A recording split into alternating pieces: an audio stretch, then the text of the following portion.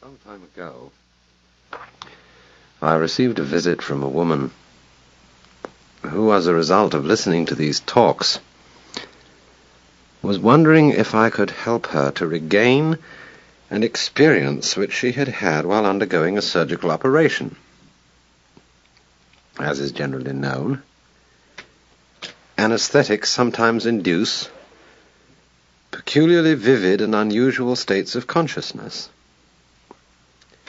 And every now and then a person under anesthesia will undergo a specific and particular experience which is of the utmost fascination.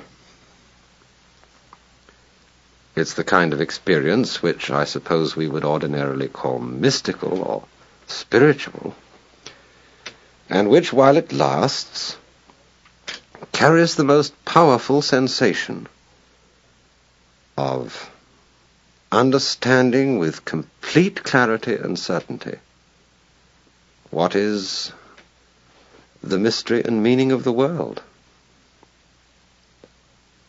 This occurs sufficiently often to have been made a subject of experimentation.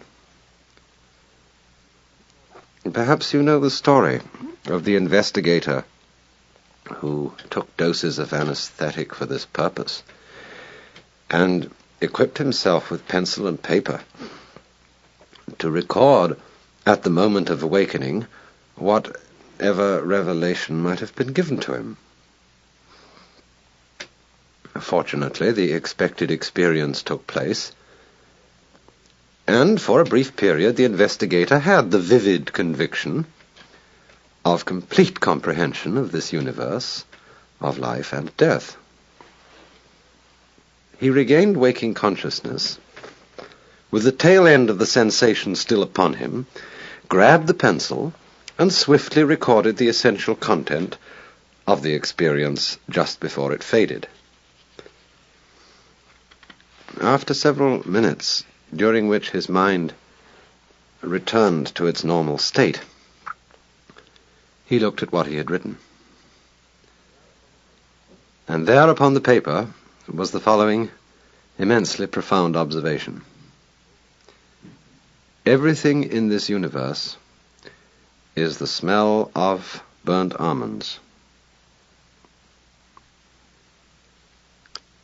I suppose that all sensible and hard-headed people would agree that this is just the sort of inanity to which all these mystical revelations ultimately boil down. In the clear, cold light of rational consciousness, the seemingly inspired and utter convincing knowledge of dreams, of drug delusions, and of mystical experiences comes down to just this sort of idiotic anticlimax. Masked in the poetic or exotic obscurantism of such phrases as all is Brahman or the divine unity beneath the multiplicity of the world, it may sound for a moment as if it meant something. But the essential nonsense of these feelings and the purely subjective character of the sense of insight which they involve at once becomes obvious when Brahman, or the divine unity, is replaced by the smell of burnt almonds. We might settle for this conclusion if some of us had not had the same sensation, not under drugs or hypnosis, but when very wide awake. And I, for one, will not quarrel with the smell of burnt almonds as the key to the mystery. I like it much better and feel it makes much more sense than Brahman or the divine unity. For its very banality, its very consequential silliness, brings out the real significance of the experience in question. For the importance of the mystical revelation does not lie in the precise nature of what everything in this universe is, It can be God or Brahman or burnt almonds or applesauce or anything you like. Its importance lies rather in the simple sensation of wholeness, in the part of the sentence which runs, everything in this universe is, no matter what. For the conviction which has come to the experiencer is that his habitual sensation of isolation from his environment, from the rest of the world, is an illusion, and that as a corollary, his own deeds and misdeeds, fortunes and misfortunes, are the same process as the changing seasons and the circling stars. And unreasonable as it may seem, this gives him the sensation that his whole life, past, present, and future, is somehow perfectly natural and in order, and that he himself is not just the mind enclosed in the skull, but the total process of the world.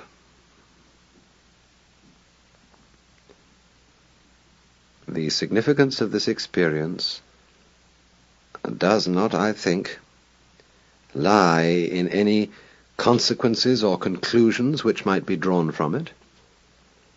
It is not an important experience in the sense that it is useful for some other purpose. It's simply like playing or listening to music, which is obviously phony in the very moment that we do it for some ulterior motive, such as to appear cultured or to convey an ideological message. Its significance for human beings is not like that of, say, the second law of thermodynamics, but like that of the Mozart sonatas or the arabesques on a Persian rug. The significance of useful knowledge, like the second law of thermodynamics, is precisely that by applying it, human beings may be enabled to go on experiencing such things as music or love or mystical insight.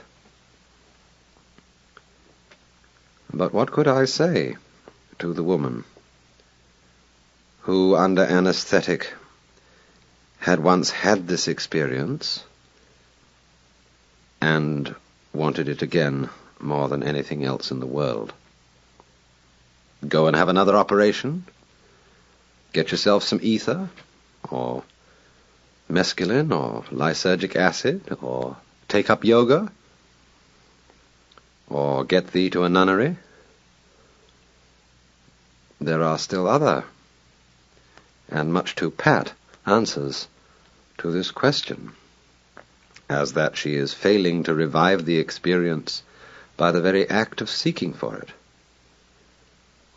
As well tell a starving man that his very hunger is what prevents him from finding food. For once a person has had an experience of this kind, he is gone. It's easier to get rid of an addiction to heroin, or to choose something more natural, to get rid of the love of the opposite sex. No, I could better say something like this. The answer is in the very experience which you have had. Didn't you know then, for certain, with utter clarity, that your whole life, past, present, and future, was somehow, as you yourself put it, part and parcel of that universal harmony which the Chinese call the Tao?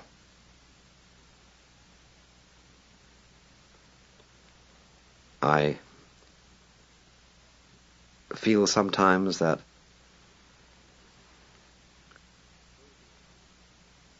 Phrases like universal harmony are so hackneyed, so almost slushy and sentimental, that it's terribly difficult to begin to find the right word for this kind of thing without sounding like Voltaire's Mr. Pangloss, without sort of jumping on this best of all possible worlds business, because the thing isn't like that at all. It's very, very much stronger than the feeling that this is the best of all possible worlds. And the curious thing about it isn't that it glosses over anything, but it makes the most awful things seem that way too, without at the same time making them cease to seem terrible. It's very peculiar. Well, she had seen then, for certain, at the time of that experience, seen with total clarity, that her whole past, present, and future life was in some way part and parcel of what we are perforce driven to call the universal harmony of the Tao. But what one doesn't seem to understand then is that this still remains true of what one is today. You are in the stream when seeking for what you have lost, and when feeling perfectly ordinary, no less than when you were in ecstasy. You're not feeling the experience, and your striving to regain it is, as a matter of fact, the very future which you saw to be in such perfect accord with the process. Let me remind you of a celebrated tale that was told by Sri Ramakrishna. The story of one of his disciples who had learned from the Master that all the multiplicity of this world is the illusory outward form of the one eternal, divine Brahman underlying the entire process. And having sat and listened to this exposition, the disciple got up and went his way, and in passing down a rather narrow street, he saw an elephant coming towards him, and Mahout riding on top of the elephant. Well, the Mahout saw the disciple wandering down the center of the road and shouted at him, "Hey you, get out of the way! This elephant isn't very nice." But the disciple thought, now the Master Ramakrishna has told me that I am Brahman, and that everything is Brahman, and therefore the elephant is Brahman, and therefore it will be perfectly all right if I walk straight along. The elephant will do me no harm, since I realize this to be true. So he ignored the warning of the Mahout and approached the elephant, and the elephant swung his trunk and swatted that disciple hard and threw him into the ditch where he was scratched with the brambles. Well, he was very upset, and he came crawling back to Sri Ramakrishna and said, "Master, you have deceived me. I understood that everything is Brahman, that I am Brahman and all other creatures. Is that not so, Master?" And the Master said, "Yes, it is so." Well, he said, "I was walking out in the road and I saw this elephant coming towards me. And it didn't seem to me to be necessary to get out of the way when the Mahout riding the elephant warned me to do so, because I figured that I was Brahman and the elephant was Brahman and I could come to no harm." "You stupid man," said Sri Ramakrishna. "You didn't realize that the voice of the Mahout was also Brahman, and you should have heeded that too. So also in this case, the one who is trying to regain the vision is the disciple, and the vision they are trying to regain is the elephant. But the way you are actually feeling now, and which you are ignoring because of your eagerness to feel some other way, that is the voice of the Mahout. And that too is Brahman.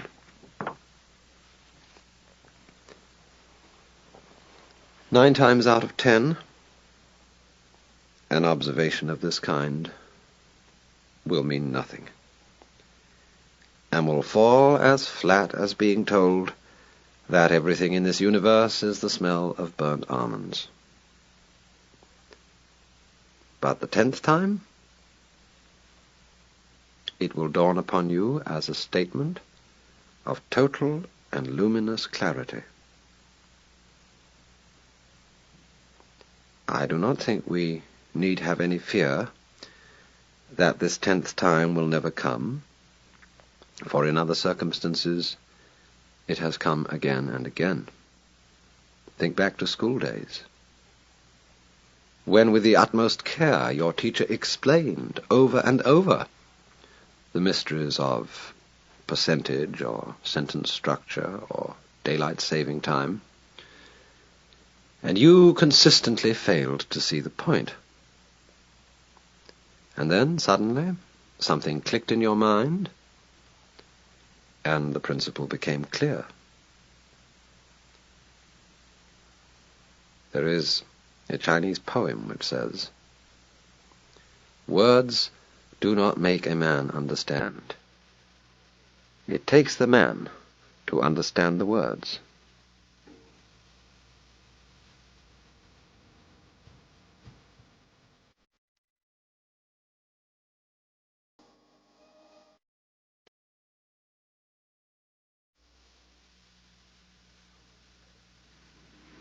Now, today, we are living in an age which is quite peculiar, because in the world of science, there are no longer any secrets,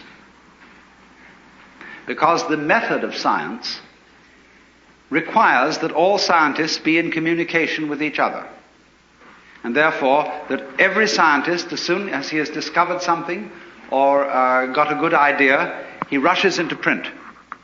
And it's important for him to do so, because some other scientist somewhere else in the world might be thinking about something on the same lines and would be stimulated in his work by this man's speculations, even if not by discoveries. And so the whole scientific world tries to remain in communication. And for this reason, it was absolutely impossible to keep atomic energy a secret. In former ages, that might have been managed, because there were many secrets once upon a time. And people were not admitted to these secrets unless they were in some way tested and found capable of handling them without running amok. We live in such a dangerous age because all the secrets are out in the open and anybody can run amok with them. And that's just the situation we have to face, and that is just the situation we have to handle. It is too late to stop it, because that would be, as they say, locking the door after the horse has bolted. The vice president of an extremely important corporation in the United States, very progressive and very vital, a few months ago said, "There are two major forces operating in the world today, for good or for evil. One is Red China, the other is LSD.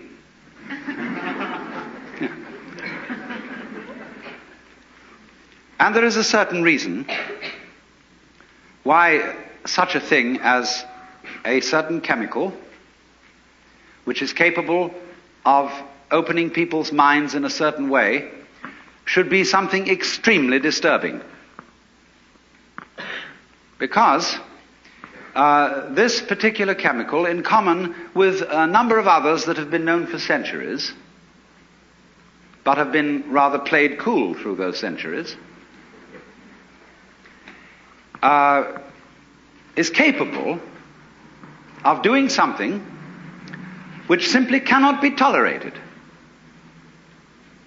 That is to say, capable of letting properly prepared individuals, or sometimes improperly prepared individuals, in on a secret which is very closely guarded, and which is, as a matter of fact, the deepest and most fundamental of all our social taboos. I have just finished writing a book, which I've had, with a sort of tongue-in-cheek attitude, had the temerity to call The Book. And it is subtitled, The Book, you see, on the taboo against knowing who you are. Because that is really the thing that cannot be let out. Sex is not really a serious taboo in our culture. If you are initiating a young person into life and you realize that your son or daughter is going to college and that you ought therefore to have a serious talk with them, they'll laugh at you and say, all this thing you're telling us about sex we knew years ago, and we know more about it than you do. So that is not a subject for a serious initiation talk to a young person. So we have to think again and try and find out, think deeply, what is fundamentally taboo in this culture and perhaps in other cultures as well. What information, in other words, would really let the cat out of the bag and give away the show?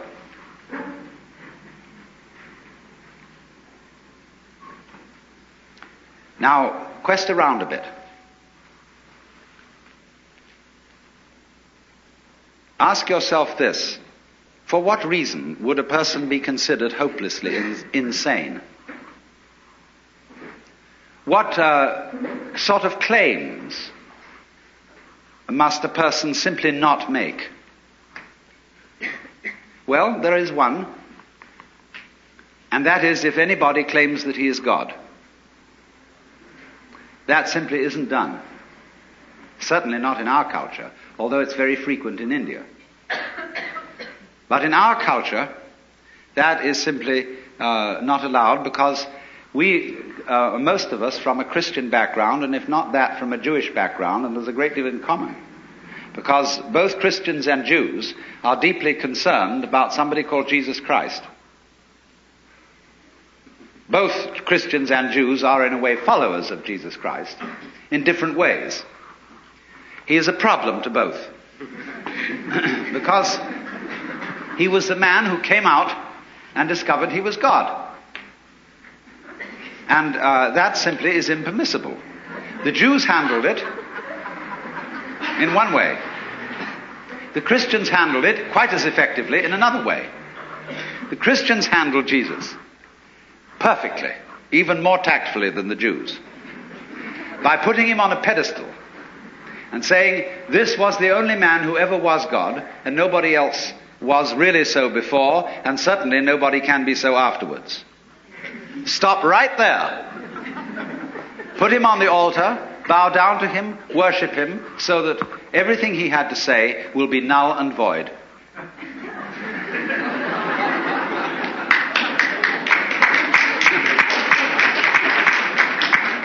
And it worked beautifully.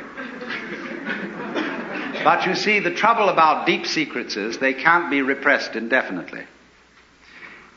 Now here's the problem, you see, that there are certain processes, some of which are